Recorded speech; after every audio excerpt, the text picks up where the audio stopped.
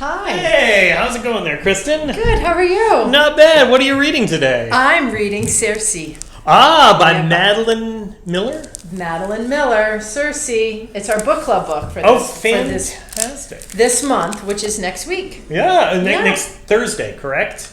Yes. Yes. Fantastic. Yes. Well, next week is mythology, Greek mythology. Greek week. We're Yes. in sync. It's Greek week. We are indeed. So Tuesday we're having our Hercules movie party. We'll be watching Disney's Hercules, and we have a Greek mythology trivia competition for the kids, and also a costume competition. So all the kids are encouraged to come as their favorite Greek god, goddess, demigod, hero, or Percy Jackson character.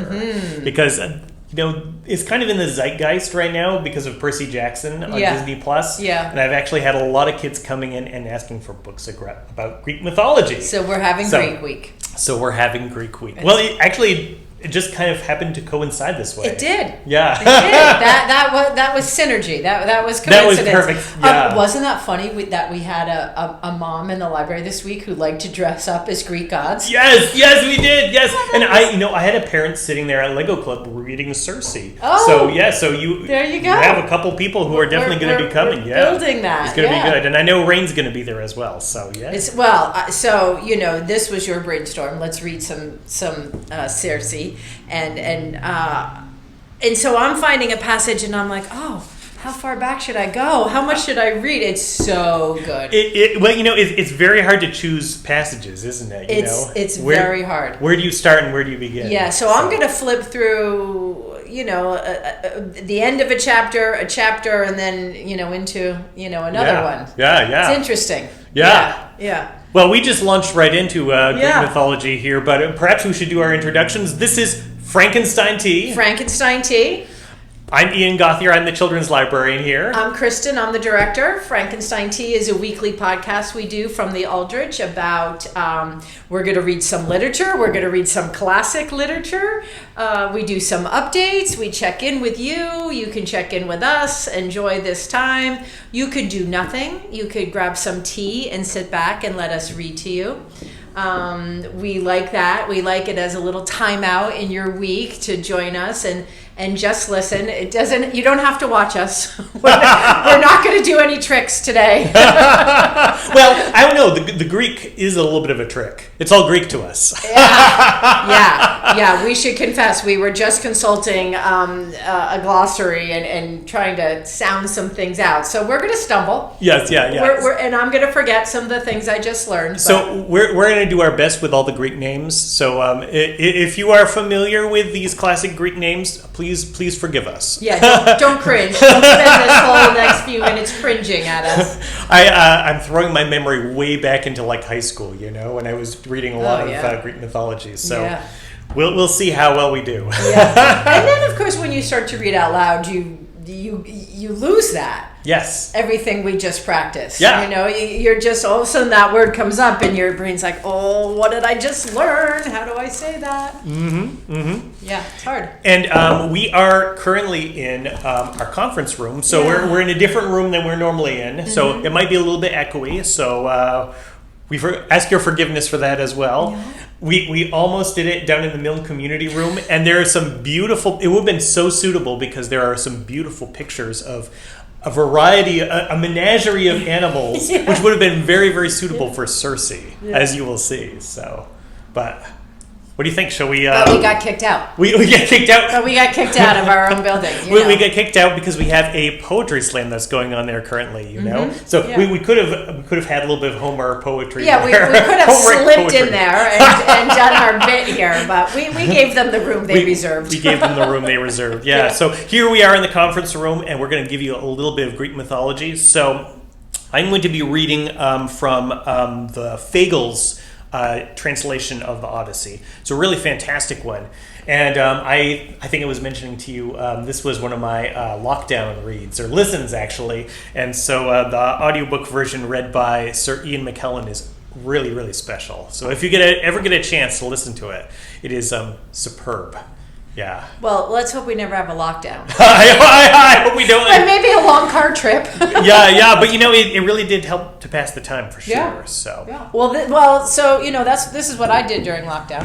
What was Frankenstein tea? Yeah. Right. So that's where that comes from. This Yeah. idea of we're all in this together. Yeah. We're here. We're here. You're there. Checking in with you, having some tea, taking a time out, taking a breather. And in a way, in lockdown, we felt like we were trapped on an island. Yeah. I was. That's true, you were. In fact, I was.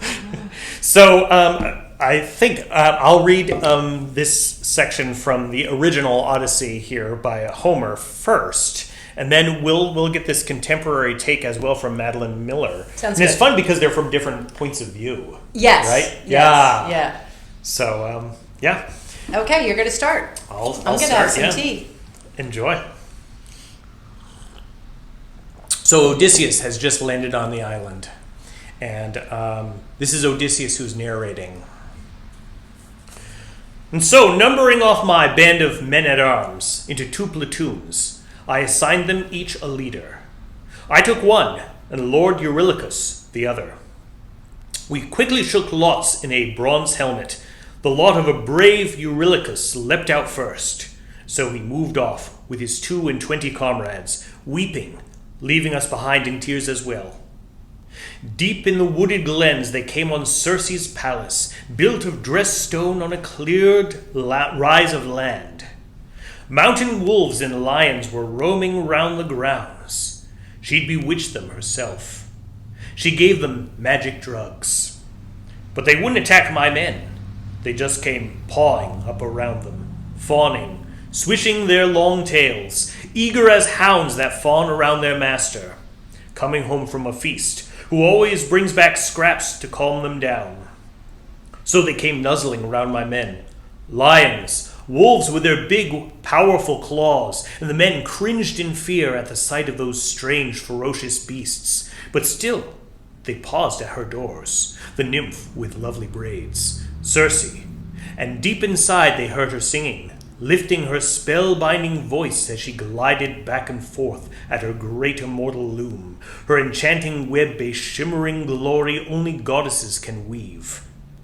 Polites, captain of armies, took command, the closest, most devoted man I had. Friends, there's someone inside, plying a great loom, and how she sings enthralling! The whole house is echoing to her song. Goddess or woman, let's call out to her now. So he urged, and the men called out and hailed her. She opened her gleaming doors at once and stepped forth, inviting them all in, and in they went, all innocence. Only Eurylochus stayed behind. He sensed a trap. She ushered them in to sit on high-backed chairs. Then she mixed them a potion. Cheese, barley, and pale honey mulled in Premnian wine. But into the brew she stirred her wicked drugs, to wipe from their memories any thought of home. Once they drained the bowls she filled, suddenly she struck with her wand, drove them into her pigsties, all of them bristling into swine, with grunts, snouts, even their bodies, yes, and only the men's minds stayed steadfast as before. So off they went to their pens, sobbing, squealing, as Circe flung them acorns, cornel nuts, and mast, common fodder for hogs that root and roll in the mud. Back Eurylochus ran to our swift black ship to tell the disaster our poor friends had faced. But try as he might, he couldn't get a word out. Numbing sorrow had stunned the man to silence. Tears welled in his eyes, his heart possessed by grief. We assailed him with questions, all at our wits' end, till at last he could recount the fate our friends had met. Off we went through the brush, Captain, as you commanded. Deep in the wooded glens we came on Circe's palace built of dressed stone on a cleared rise of land. Someone inside was plying a great loom, and how she sang in a high clear voice. Goddess or woman, we called out and hailed her. She opened her gleaming doors at once and stepped forth, inviting us all in, and in we went, all innocence. But I stayed behind. I sensed a trap. Suddenly, all vanished, blotted out. Not one face showed again, though I sat there, keeping watch a good long time. At that report, I slung the hefty bronze blade of my silver-studded sword round my shoulder, slung my bow on too, and told our comrade, "Lead me back by the same way that you came." But he flung both arms around my knees and pleaded, begging me with his tears and winging words, "Don't force me back there, Captain King. Leave me here on the spot. You will never return yourself, I swear. You'll never bring back a single man alive. Quick, cut and run with the rest of us here. We can still escape the fatal day." But I shot back, "Eurylochus, stay right here, eating, drinking, safe by the black ship. I must be off. Necessity drives me on." Leaving the ship and shore, I headed inland, clambering up through hushed, entrancing glades until, as I was nearing the halls of Circe, skilled in spells, approaching her palace, Hermes, god of the golden wand, crossed my path, and he looked for all the world like a young man sporting his first beard, just in the prime and warm pride of youth, and grasped me by the hand and asked me kindly, "Where are you going now, my unlucky friend? Trekking over the hills alone in unfamiliar country? And your men are all in there in Circe's palace, cooped like swine, hawked by jowl in the styes. Have you come to set them free? Well, I warn you, you won't get home yourself. You'll stay right there, trapped with all the rest. But wait, I can save you, free you from that great danger. Look, here is a potent drug. Take it to Circe's halls. Its power alone will shield you from the fatal day. Let me tell you of all the witch's subtle craft. She'll mix you a potion, lace the brew with drugs, but she'll be powerless to bewitch you. Even so, this magic herb I give will fight her spells. Now, here's your plan of action, step by step. The moment Circe strikes with her long, thin wand, you draw your sharp sword, sheathed at your hip, and rush her fast as if to run her through. She'll cower in fear and coax you to her bed.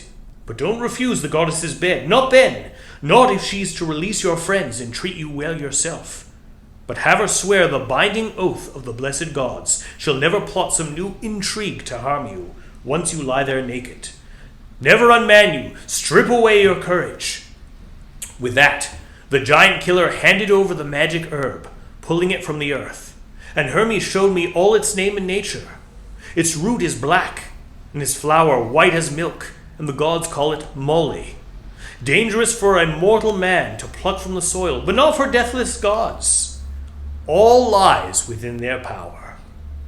Now Hermes went his way to the steep heights of Olympus, over the island's woods, while I, just approaching the halls of Circe, my heart a heaving storm at every step, paused at her doors, the nymph with lovely braids. I stood and shouted to her there.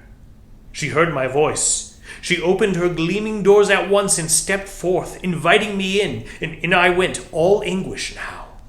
She led me in to sit on a silver-studded chair, ornately carved, with a stool to rest at my feet. In a golden bowl she mixed a potion for me to drink, stirring her poison in, her heart a-swirl with evil. And then she passed it on. I drank it down. But it never worked its spell. She struck with her wand, and "Now," she cried, "off to your sty, you swine, and swallow with your friends." But I drew my sharp sword, sheathed at my hip, and rushed her fast as if to run her through. She screamed, slid under my blade, hugged my knees with a flood of warm tears, and burst of winging words. "Who are you? Where are you from? Your city? Your parents? I am wonderstruck. You drank my drugs. You're not bewitched. Never has any other man withstood my potion. Never. Once it's passed his lips and he has drunk it down. You have a mind in you no magic can enchant. You must be Odysseus, man of twists and turns, Hermes, the giant killer, god of the golden wand. He always said you'd come. Homeward bound from Troy in your swift black ship. Come, sheathe your sword. Let's go to bed together. Mount my bed and mix in the magic work of love. We'll breed deep trust between us. So she enticed, but I fought back, still wary. Circe, Circe, how dare you tell me to treat you with any warmth? You who turned my men to swine in your own house, and now you hold me here as well, teeming with treachery. You lure me to your room to mount your bed. So once I lie there naked, you'll unman me, strip away my courage, mount your bed? Not for all the world. Not until you consent to swear, goddess, a binding oath you'll never plot some new intrigue to harm me. Straight away, she began to swear the oath that I required. She'd never do me harm. And when she'd finished, then at last, I mounted Circe's gorgeous bed. That is where we'll leave off for the day. How's that? Woo! Woo! I have Getting to follow a little spicy. you. I should have gone first. You're a hard act to follow. Well, it is. I love the rhythm of the words in the original, and the Fagles translation does such a great job. It's great. It? Yeah, it's great. Yeah, it's great. And I'll read now. Yes, and then we can see. And then we can see. I can't wait. Yeah. I can't wait to see this from another point of view. Yeah. So Madeline Miller wrote a book entitled Circe. It is a retelling of this Greek god myth. Yep. And as we just learned, maybe you can infer from that, because we're both sort of starting in places that don't let everything be flushed out, but she has been exiled to an island.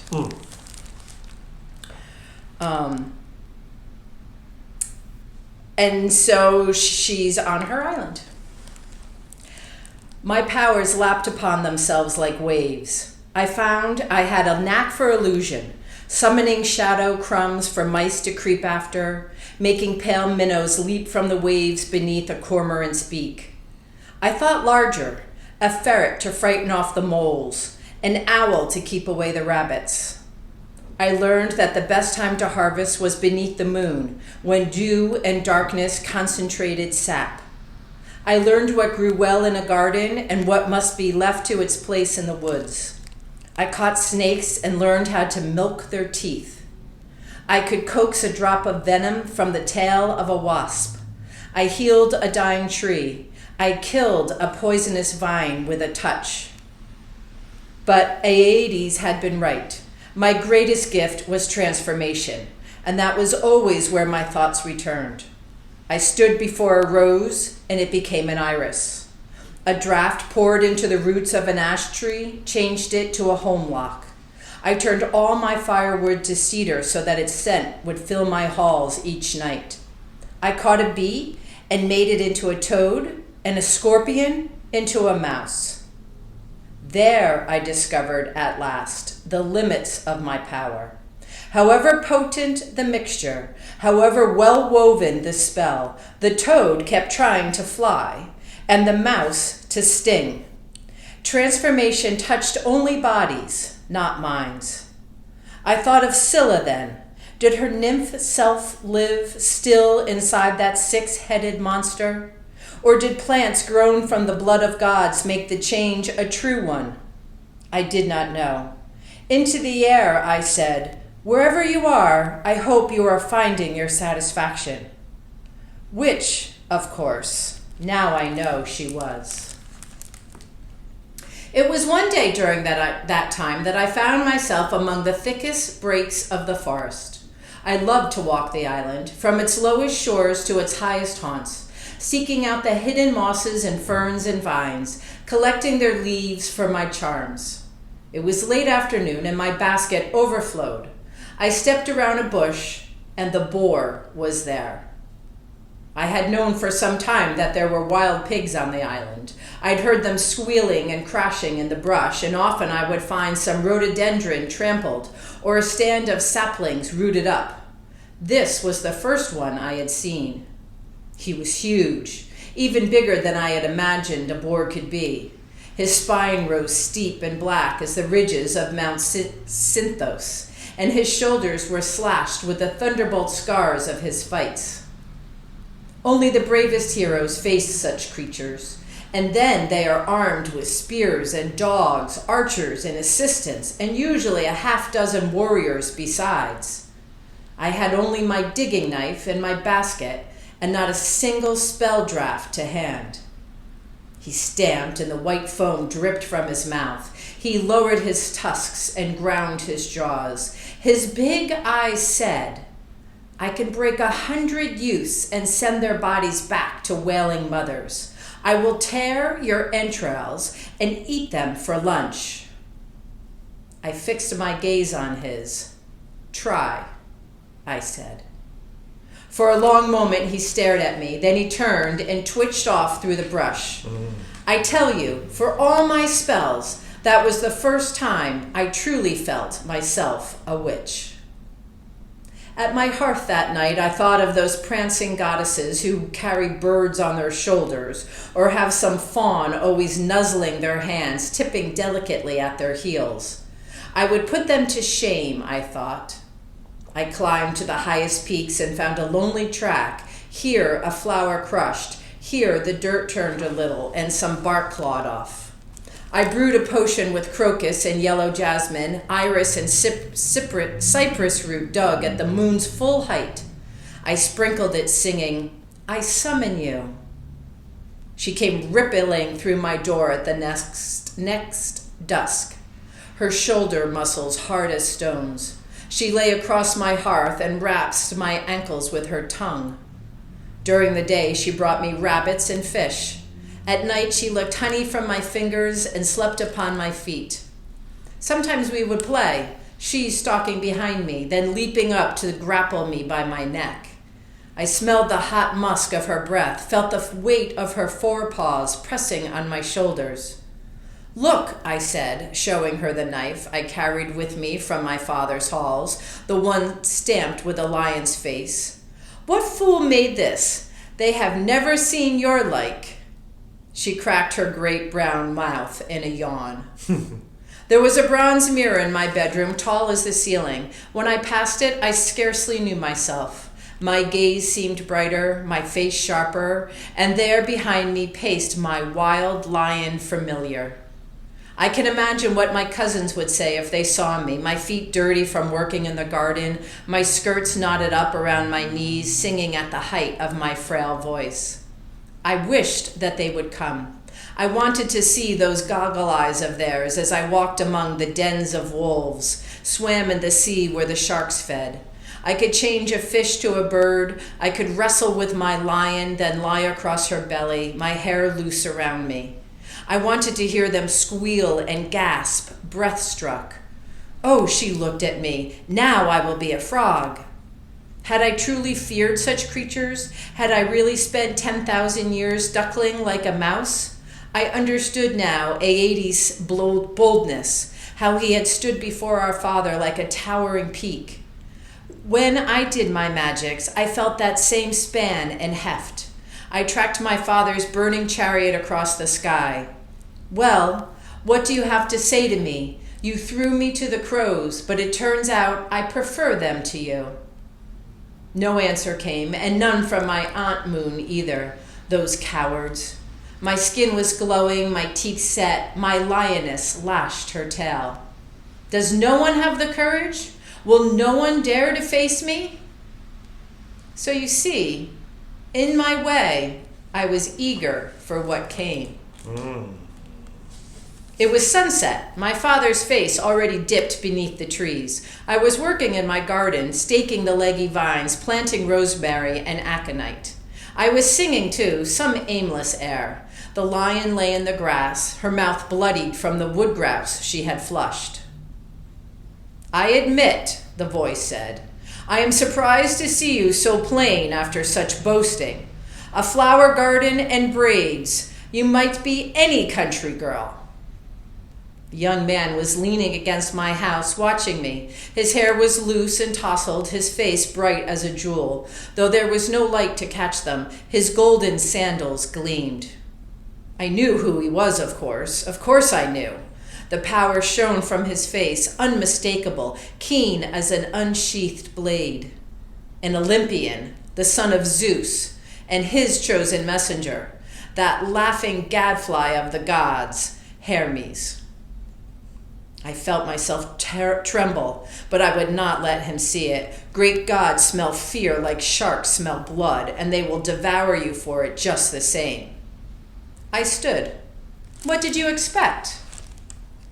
Oh, you know, a slim wand twirled idly in his fingers. Something more lurid, dragonish.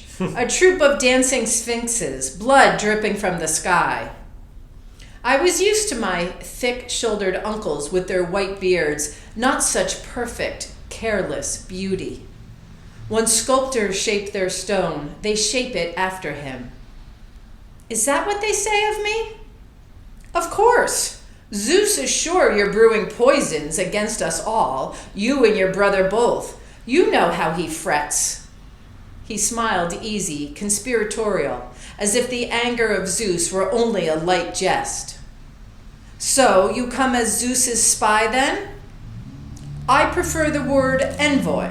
But no, in this matter, my father can do his own work. I'm here because my brother is angry with me. Your brother, I said. Yes, he said. I think you've heard of him. From his cloak he drew a lyre, inlaid with gold and ivory, glowing like the dawn. I'm afraid I've stolen this, he said, and I need a place to shelter till the storm passes. I was hoping you might take pity upon me. Somehow, I don't think he'll look here. The hair stood on the back of my neck. All who were wise feared the god Apollo's wrath, silent as sunlight, deadly as plague. I had the impulse to look over my shoulder to make sure he was not striding across the sky already, his gilded arrow pointed at my heart. But there was something in me that was sick of fear and awe, of gazing at the heavens and wondering what someone would allow me. Come in, I said, and led him through my door. I had grown up hearing the stories of Hermes' daring, how as an infant he had risen from his cradle and made off with Apollo's cattle, how he had slain the monstrous guardian Argos after coaxing each of his 1,000 eyes to sleep, how he could pry secrets out of a stone and charm even rival gods to do his will. It was all of it true. He could draw you in as if he were winding up a thread.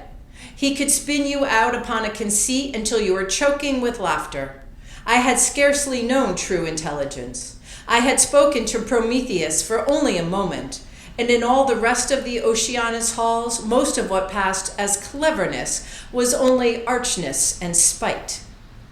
Hermes' mind was 1,000 times sharper and more swift. It shone like light upon the waves, dazzling to blindness. That at night he entertained me with tale after tale of the great gods and their foolishness. Lecherous Zeus turning into a bull to lure a pretty maiden. Ares, god of war, bested by 2 giants who kept him crammed in a jar for a year. Hephaestus laying a trap for his wife Aphrodite, hoisting her in a golden net, still naked with her lover Ares for all the gods to see. On and on he went through the absurd vices, drunken brawls, and pretty slapping squabbles, petty slapping squabbles, all told in that same slippery, grinning voice. I felt myself flushed and dizzied as if I had taken my own drafts. Will you not be punished for coming here and breaking my exile? He smiled. Father knows I do what I like. And anyway, I break nothing. It is only you who are confined. The rest of the world may come and go as we please. I was surprised, but I thought, it is not the greater punishment to force me to be alone? That depends on who visits you, doesn't it? But exile is exile. Zeus wanted you contained, and so you are. They didn't really think about it further.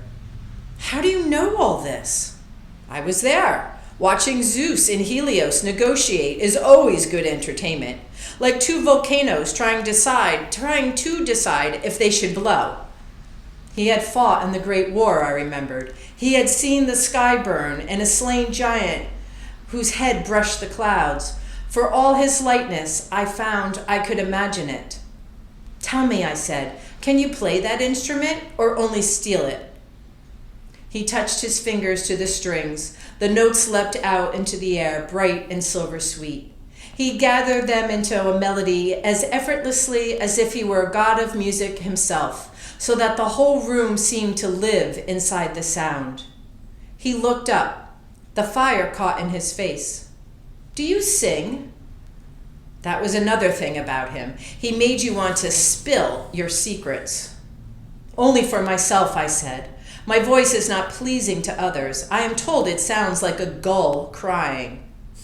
"Is that what they said? You are no gull. You sound like a mortal."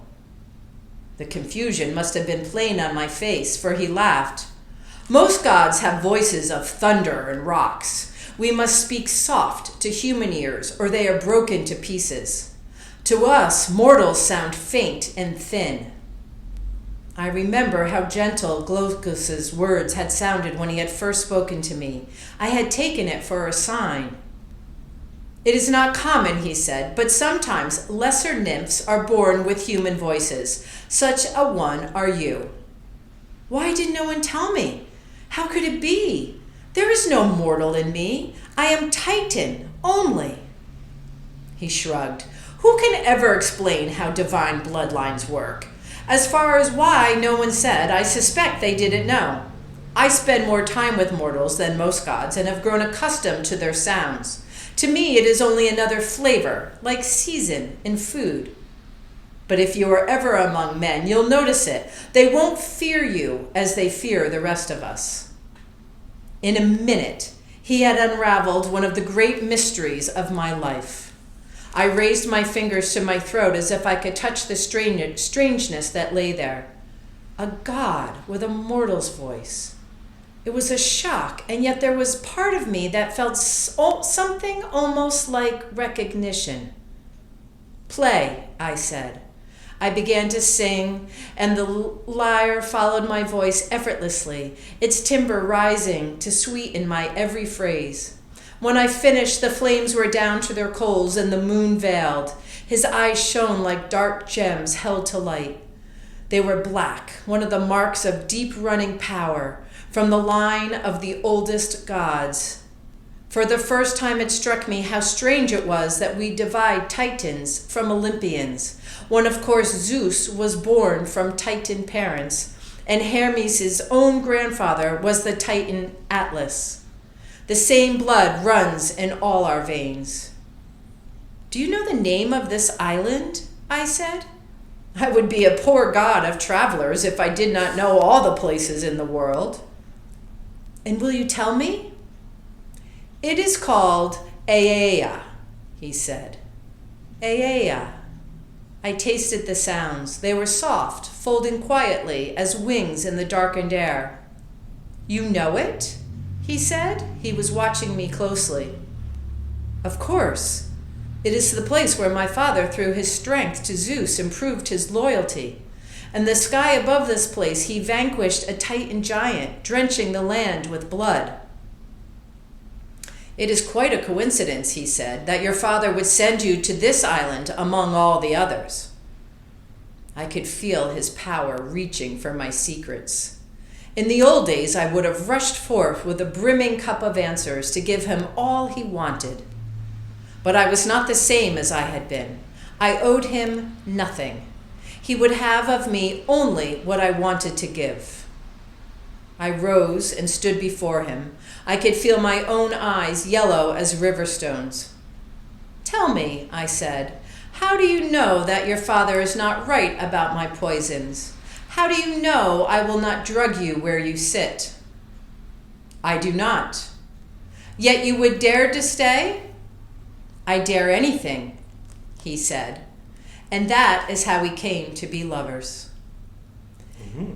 Hermes returned often in the years that followed. Winging from the dusk, he brought delicacies of the gods, wine stolen from Zeus's own stores, the sweetest honey of Mount Hybla, where the bees drink only thyme and linden blossoms. Our conversations were pleasures, our couplings were the same. "Will you bear me, my child?" he asked me. I laughed at him. "No, never and never." Spring Spring passed into summer. One night, when Hermes and I were lingering over our wine, I finally asked him about Scylla herself. Ah, his eyes lit. I wondered when we would come to her. What would you know? Is she unhappy? But he would have laughed at such a mewling question, and he would have been right to. My witchcraft, the island, my lion, all of them sprang from her transformation. There was no honesty in regretting what had given me my life. I never heard what happened to her after she dived into the sea. Do you know where she is? Not far from here, less than a day's journey by mortal ship. She has found a strait she likes. On one side is a whirlpool that sucks down ships and fish and whatever else passes. On the other, a cliff face with a cave for her to hide her head. Any ship which would avoid the whirlpool is driven right into her jaws, and so she feeds. Feeds? I said. Yes, she eats sailors, 6 at a time, 1 for each mouth. And if the oars are too slow, she takes 12. A few of them tried to fight her, but you can imagine how that works out. You can hear them screaming for quite a ways. I was frozen to my chair. I had always imagined her swimming in the deep, sucking cold flesh from squids. But no, Scylla had always wanted the light of day. She had always wanted to make others weep. And now she was a ravening monster filled with teeth and armored with immortality. Can no one stop her? Zeus could, or your father if they wished to. But why would they? Monsters are a boon to gods. Imagine all the prayers. My throat had closed over. Those men she had eaten were sailors, as Glaucus had been, ragged, desperate, worn thin with fear, all dead. All of them could smoke, marked with my name. Hermes was watching me, his head cocked like a curious bird. He was waiting for my reaction. Would I be skimmed milk for crying, or a harpy with a heart of stone? There was nothing between. Anything else did not fit cleanly in the laughing tale he wanted to spin of it. I let my hand fall on my lion's head, felt her great hard skull beneath my fingers. She never slept when Hermes was there. Her eyes were lidded and watchful. Scylla was never satisfied with just one, I said. He smiled. I meant to tell you, he said, I heard a prophecy of you. I heard it from an old seeress who had left her temple and was wandering the fields giving fortune. I was used to the swift movements of his mind, and now I was grateful for them. And you just happened to be passing when she was speaking of me. Of course not. I gave her an embossed gold cup to tell me all she knew of Circe, daughter of Helios, witch of Aeaea. Well, she said that a man named Odysseus, born from my blood, will come one day to your island. And that's it, he said. That's the worst prophecy I have ever heard, I said. He sighed. I know. I think I lost my cup. I did not dream of him, as I said. I did not braid his name with mine. At night we lay together, and by midnight he was gone, and I could rise and step into my woods. Often my lion would pace beside me. It was the deepest pleasure, walking in the cool air, the damp leaves brushing at our legs. Sometimes I would stop to harvest this flower or that. But the flower I truly wanted, I waited for. 1 month I let go by after Hermes and I first spoke, and then another. I did not want him watching. He had no place in this. It was mine. I did not bring a torch. My eyes shone in the dark better than any owl's. I walked through the shadowed trees, through the quiet orchards, the groves and brakes, across the sands and up the cliffs. The birds were still, and the beasts. All the sounds were the air among the leaves and my own breath.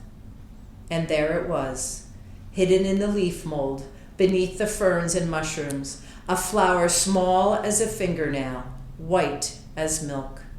The blood of that giant which my father had spilled in the sky. I plucked a stem out of the tangle. The roots clung hard a moment before yielding. They were black and thick and smelled of metal and salt. The flower had no name that I knew, so I called it Molly. Oh. Root from the antique language of the gods. Oh, Father, did you know the gift you gave me? For that flower so delicate it could dissolve beneath your stepping foot, carried within it the unyielding power of apotrope, the turning aside of evil, curse breaker, ward and bulwark against ruin, worshipped like a god for it was pure. The only thing in the world you could be certain would not turn against you. Day by day the island bloomed. My garden climbed the walls of my house, breathed its scent through my windows. I left the shutters open by then. I did what I liked. If you had asked me, I would have said I was happy. Yet always I remembered. Cold smoke, marked with my name. Fantastic. Well done. And good job with the Greek names too. Yeah. Almost. So they actually kind of do line up. That's kind of like the origin story, right? Yeah. That goes before this. Yeah. Really fantastic. Yeah, it's a great book. Yeah, and there's I kind of gather that there's sort of a running theme of transformation in it. Well, so transformation is her strongest skill. But and that's what she does with the swine. Is also kind of metaphorical, like in a larger sense, because yes, you have the whole thing with Scylla, right? Yes. I think she made Scylla. Yeah, I'm trying to remember the Greek mythology, but yeah, she's the monster that Odysseus and his crew. She and Charybdis. Yes. Yeah. Yeah, I think Scylla steals her true love. So they're rivals. They're rivals. Gotcha. Yeah, I think. Yeah. Don't tell my book club I haven't reread it yet. Oh. I still have this weekend. I can't wait to give it a read. Yeah. Yeah, and now I want to read it again. Yeah, now at first I was like, oh, I've read it. There's some really great materials online about Circe and Madeline Miller. She reads a piece of the book online that you can view. She gives a whole art history lesson about all the paintings of Circe. There's so many online. paintings. Madeline Miller has a great online. A site for Circe. Yeah, the pre-Raphaelites, they loved Circe. They're beautiful. There's some beautiful things. So I thought, I can pull off book club. But now I'm like, no, I'm going to read it again. Oh, that's fantastic. Yeah. Well, so transformation. Read, and she gets, and she's a young kid, and she gets, and she doesn't know what she is. And there's also her transformation. She gets banished out there, and then in the end, there's some transformation. Yeah. Fantastic. Yeah. So it seems like it's kind of like a running theme. Well, I can't wait. That sounds like a really great read.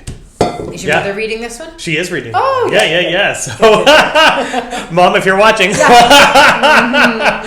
So, okay. Fantastic. Well, couple of quick updates. Yeah. Go ahead. Did we do our updates? No, you did. I talked a little bit about the Hercules party. So that is this coming Tuesday. 1:00. It's for, I'm recommending ages 5 to 15. So, and come as your favorite Greek god. Come as your favorite Greek god, goddess, hero. Come as Circe. Come as Circe, maybe like a stuffy that's a lion. Stuffed lion, yeah. Or a wolf. It seems that she had wolves too, yeah. Come as Hermes. I loved Hermes in there. That really, really great depiction of Hermes in that book. I always tell people that Madeline Miller does that so beautifully, like so brilliantly. Mm-hmm. She can tie all that information that she knows and make that a story, as if she's just like talking about her neighbors. And also really humanize those characters. Like this is this guy and this is what he did. And there's so much to work on too with like Greek mythology because there's all that infighting, those rivalries. Well, that's what I mean. She understands that all so well that she can tie that together. Yeah. And people probably they shouldn't feel too taken aback by all the Greek mythology because you can read it. This is totally accessible. Yeah, absolutely. Totally accessible. So don't feel like I don't know this Greek mythology. I don't know these characters. No, I hope that I hope I gave a good example of that. You did a wonderful job. Fictionalized story. It's great. Okay, so you got Hercules. Yes, so Hercules. That's on Tuesday at 1:00, 1 to 4. Yeah. This Saturday we have Seed Swap. This Saturday we have the Seed Swap that is running from 10:30 to 1. So, if you have seeds that you'd like to bring down, make sure you bring them down in a small label packet. And we'll have plenty of seeds there for you to pick up as well. And we have seeds to give. You don't have to come with a seed. Right. Yep. That's correct. Yep. Okay. Yep. And there'll be a couple of stories for the littles, for kids, and we'll also have some pots that they can paint. So it'll be fun. It'll be a really fun day. Yeah. Fun morning. Great. And then I'm going to discuss Circe with the book group. It's I use the word book group very intentionally. People should know it's not a club. It's not like a private invitation. Everybody is welcome to the book group. Readers are preferred, but if you didn't read it and you want to come hear some stories and some dialogue and join in some community of readers, please do. And then is that what we're announcing? That brings us. You and I both agreed that'll get us through next week. That'll get us through next week. Then May's going to hit us square on the following week, and we'll have lots of updates about May. Yes, and I think next Friday we'll probably be sharing some poetry with you because April is Poetry Month. It's poetry. We did have a little bit of poetry today, but we'll share some poetry with you next week. We will. Yes. Yeah. Well, I guess until next week, stay safe and keep reading. Thanks for coming. Thank you.